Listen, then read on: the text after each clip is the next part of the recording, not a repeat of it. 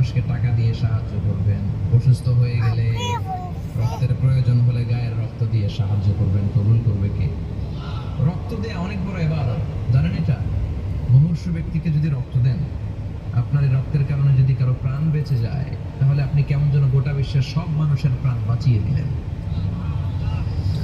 একজনকে বাঁচানোকে ভালো কাজের জন্য পরামর্শ দেওয়ার দরকার আছে না? হাত আর সবর, আমরা হকের পক্ষে থাকবো, রাজি আছেন তো? আর আমরা সব সময় ধৈর্যশীল থাকবো, রাজি আছেন? ইন্নামাস সাবর ইনদা সাদামাতিল উলা, বিপদের প্রথম ধাক্কায় ধৈর্য ধারণ করতে হবে। অনেকে বিপদ আসলে পেরেশান হয়ে যায়, চিল্লা পাল্লা শুরু করে দেয়, কান্না শুরু করে দেয়, বিলাপ করে। বেশিরভাগ মহিলারা এটা করে, ঠিক কিনা?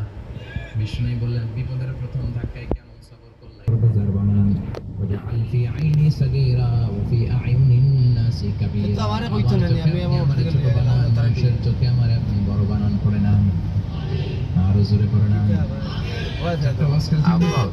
আলামিন ভাই, নাইলে আমারও মাফ করে দাও। ঈমান, ঈমানের পরে ড্রাইভারের কথা কই আর পুরা চালাইতে পারেন না।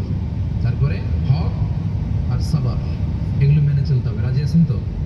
আরো জোরে করেন ইনশাআল্লাহ। আসুন আমরা আল্লাহকে ফরমালি থ্যাঙ্কস দেই, শুকরিয়া জানাই, কালিমাতুশ শুকর করি, আওয়াজ করে আমরা পড়ি আলহামদুলিল্লাহ।